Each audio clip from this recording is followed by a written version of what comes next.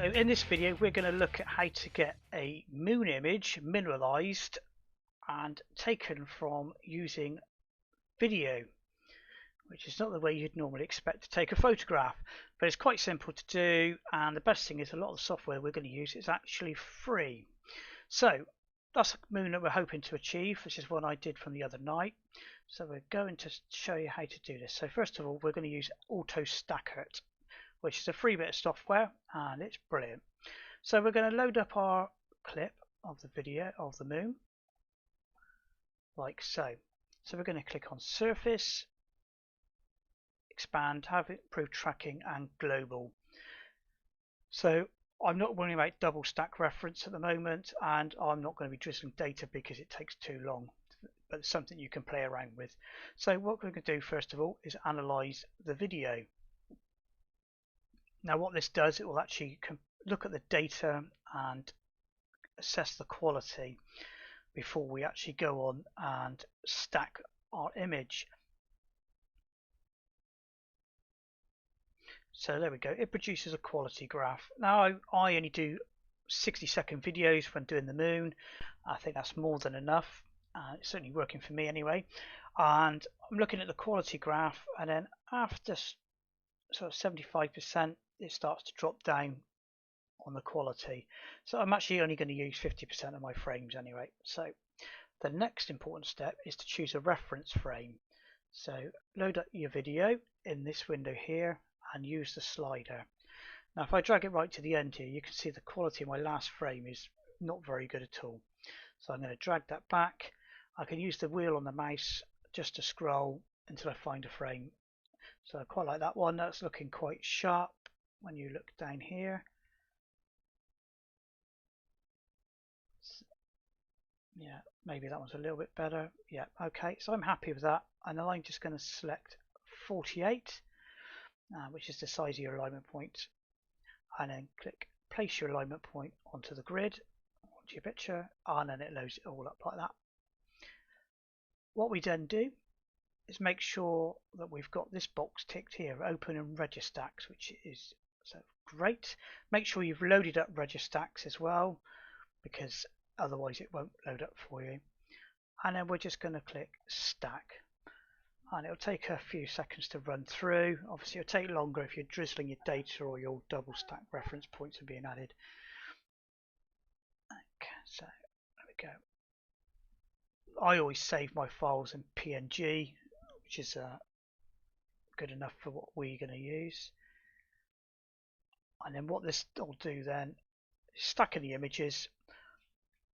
What it will then do is open that image automatically into Registax. Again, another free bit of software. So we can see it's nearly done. Lovely. And if I click Registax, it's open up. Okay. So we're going to have a look. So what we're going to use is the wavelet tool. It's a fantastic bit of kit. So if we watch this section here as I move the slider, we should see an improvement of the sharpness and the detail. And we'll use level 3 again, a little bit on level 4, and only a fraction on level 5. And you can see that's our preview, and I never go higher on the level 3. I won't go a lot higher than level 2, etc.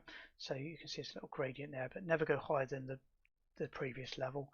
Once you're happy with the detail, if you click do all, that will apply that preview that we've done to the entire image, and now you can see all of a sudden there's a considerable lot more information and data and clear and detail coming through. So once you're happy with that, you can save your image. Sure, we'll just chuck that on desktop. Now what we don't want to do is mess with these settings, so leave them alone, especially if you're going to be doing a mosaic where you're adding on or joining obviously on various other parts of the moon to form one big image. Otherwise the detail will be obviously different when you join them, and it just won't look right. So we need to repeat that process with however many video clips that you've done and till you completed them, and then save them. And then what we're going to do is we're going to go into Microsoft Ice, which is Microsoft Image Composite Editor, which is still available to download. Let's get rid of that one. It's one I was messing around with earlier. And we're going to go into where I've saved all my videos, select them all, and it processes it for us. So you can still download Microsoft Ice. It is a bit of a pain to find, but it is available out there. If you search, you will find. I say it's free to download and it's brilliant. So there you go. It's stitched all our images together, and I think it's looking pretty good. So you can see you can't. There's no sign of joins or anything like that. So sometimes there is. It's something, and it's worth running through again. But that's looking good. So what I'm going to do now is going to open up Photoshop.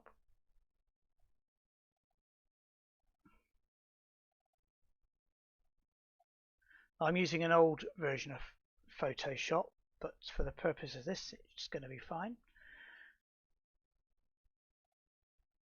So that's an old image, or the stack that we've done and stitched together. First thing I'm going to do is an auto color correction. It kind of produces a bit more of a natural color. So that's great. I'm now going to crop it. Get rid of those bits that we don't want.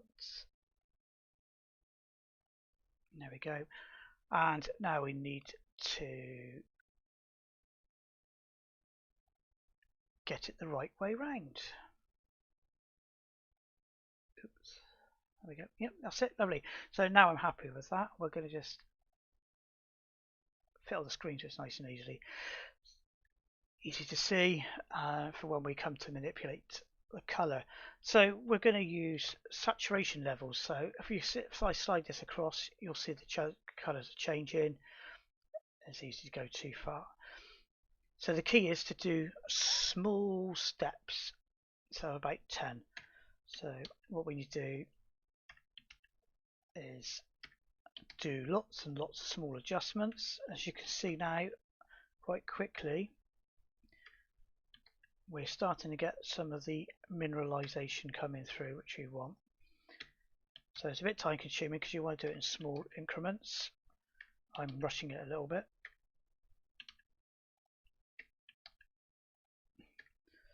And it doesn't help I'm using an old version of Photoshop. There we go, starting to get some nice colour through now. So it's personal preference.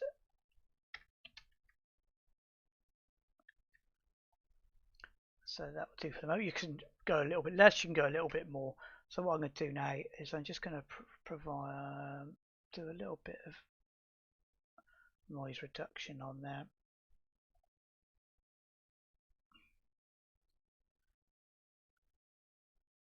There we go. Not happy with that, so we'll undo that noise.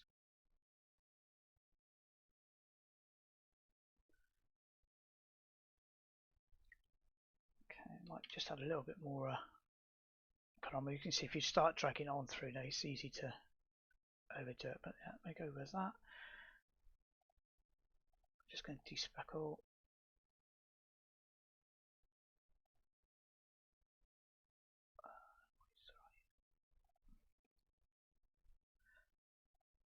If you select here, we've got some purpley colours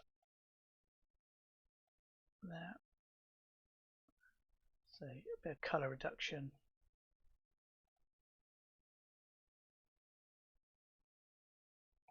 Okay, that just sharpens it a little bit as well.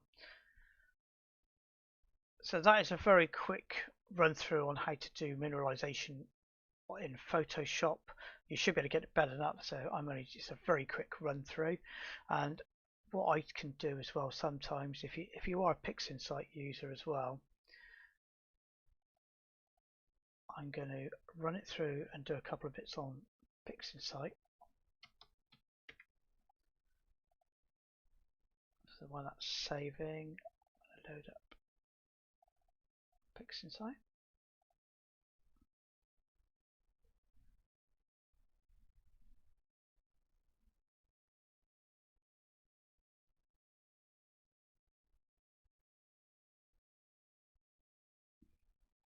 There we go. So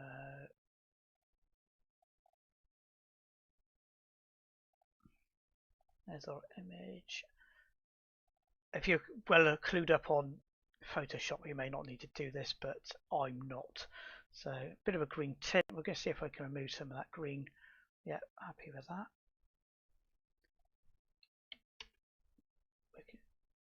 Sometimes it's worth inverting because you can get rid of some of that colour which was there. So if we had these purples there, so I've inverted, done an SCNR, and I've now got rid of those purple colours and the blue, so there's a bit more of a natural colour, so I'm happy with that. And do a bit of curves, so you just play around until you get a sort of the tones and the colours you're looking for. You do a bit of saturation on here.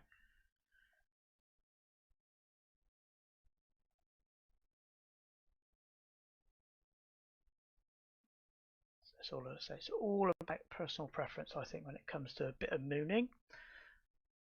So there you go. So yeah, I might just want to change a little bit more on there, brighten it up. So it's all a bit, like I say, just finding out what you like and what suits you best, and play around. And what I can do as well, the local histogram equalization tool is a bit of a cracker for bringing out a bit more of the details. If I run that, that should add a bit more detail.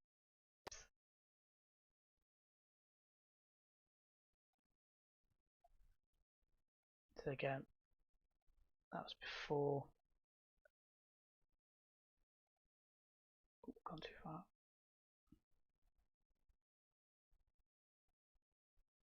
So yeah, so that's a quick process, or the process I use for mooning. Like I said, it's a quick run through. I could probably do it better than that if I was taking my time, which is worth doing to get a quality image. But it shows you what to do. A lot of it's trial and error and finding out what works for you. So hope you found this video helpful, and I look forward to doing some more for you soon.